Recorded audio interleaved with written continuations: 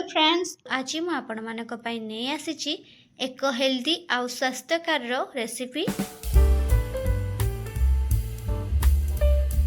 ताहले चलंत आमे फटाफट एही रेसिपीटी को प्रस्तुत करि नबा। मेथी बैगण साग बनिबा पई मो एठी 2 बेडा मेथी साग को नेछि। एबे चलंत आमे साग को पूरा परिष्कार करी भल भाबरे बाछि नबा। तो मोटे मेथी सागर मूल को पूरा काटी नहीं। एबे चलते आम ताको परिष्कार करि नबा।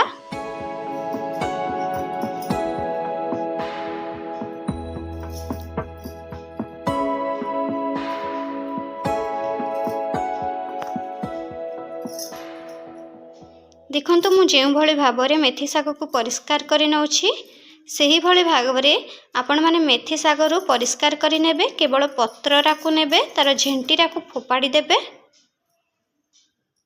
इमती परिष्कार करि नेबे। तो मुठी पूरा परिष्कार भाबरे मेथी साग को परिष्कार करि नेछि। एबे चलंत हम ताको भला भाबरे धोई नबा। एबे हाथ रे हम ताको एमिति मंथी की पूरा परिष्कार भाबरे धोई नबा। देखंतु मेठी मेथी साग को पूरा परिष्कार करी 2 रु 3 थर धोई की गोटे प्लेट को छाणी नेछि। देखंतु मेठी मेथी साग को भल भाबरे चुन चुन करी काटी नेछि, जहा द्वारा हमर मेथी सागटी भल भाबरे बैगण सह सिझी जीवो। मेथी बैगण साग बनेबा पई मोठी गोटे बैगण को पूरा छोट छोट करी काटी नेछि। देखंतु मु पूरा छोट छोट पीस करी काटी नेछि। देखंतु एबे चलंतु जीवा आमे रोसई प्रस्तुत करि नबा। मेथी बैगण साग बनेबा पई मोठी गोटे नॉनस्टिक कढ़ाई को गरम करि नेछि। एबे चलंतु आमे सेथिरे 1.5 चमच सोरिष तेल को देई दबा। तेल को देई दबा। तेल गरम होबा पई आमे किछि समय छाडी नबा। देखंतु हमर एठी तेल पूरा गरम हो जाइछि। एबे आमे सेथिरे 1 चमच गोटा जीरा को फुटाई नबा। 2 कंचा लंका को दे दबा। ताको फुटाई नबा।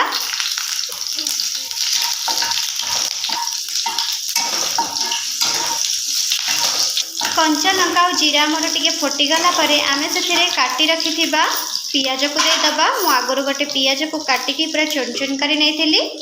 एबे ताको दे दबा। आ पियाज को भल भाबरे आमे किछि समय भाजी नबा।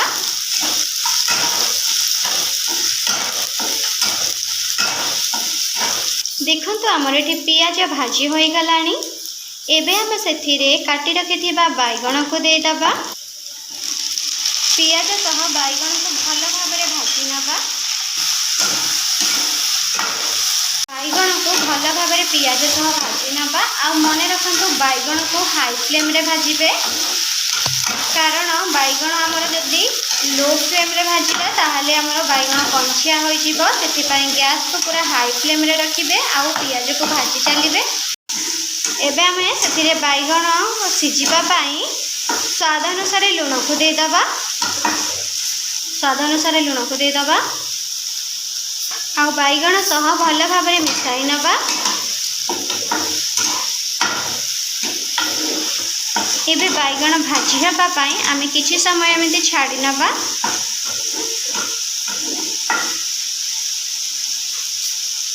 एबे आमे सेतिरे टिके पानी छिंचा को दे दबा, जहा द्वारा हमर बैगण भल भाबरे सिझी जीवो। एबे आमे बैगण सिझिबा पई घोडणी देई आमे ताको 5 मिनिट छाडी नबा। एबे चलंतु देखि नबा हमर बैगण सिझी गलानी बा भाजी होई गलानी। देखंतु हमर एठी बैगण पूरा भाजी होई गलानी। एबे आमे सेथिरे मेथी साग को ऐड करि नबा। एबे आमे सेथिरे मेथी साग को दे दबा।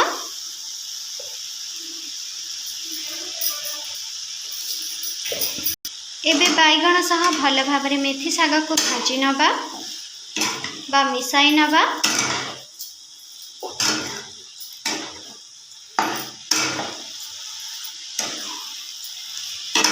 तो बैगण सह मेथी साग भल भाबरे मिसी जाइछि। एबे साग को सिझिबा पई आमे किछि समय घोडणी दे छाडी नबा।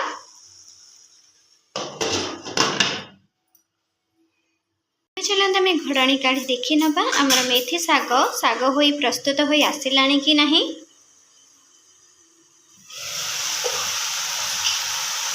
सिझी गलानी कि नहीं देखंतु हमर एठी मेथी साग प्राय सिझी गलानी। हमर एठी मेथी साग 50% प्रस्तुत होई आसिलानी।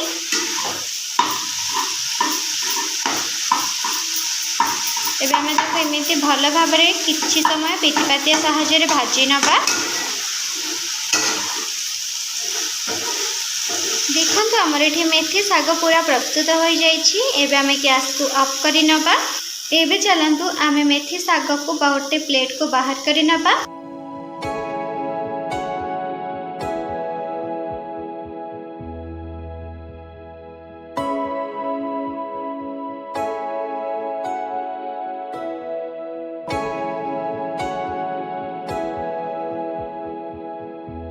देखंतु हमर एठी मेथी बैगण साग पूरा प्रस्तुत होई गला। एमिति आपण माने निश्चिंत थरे आपणक घरे बनै के खांतु।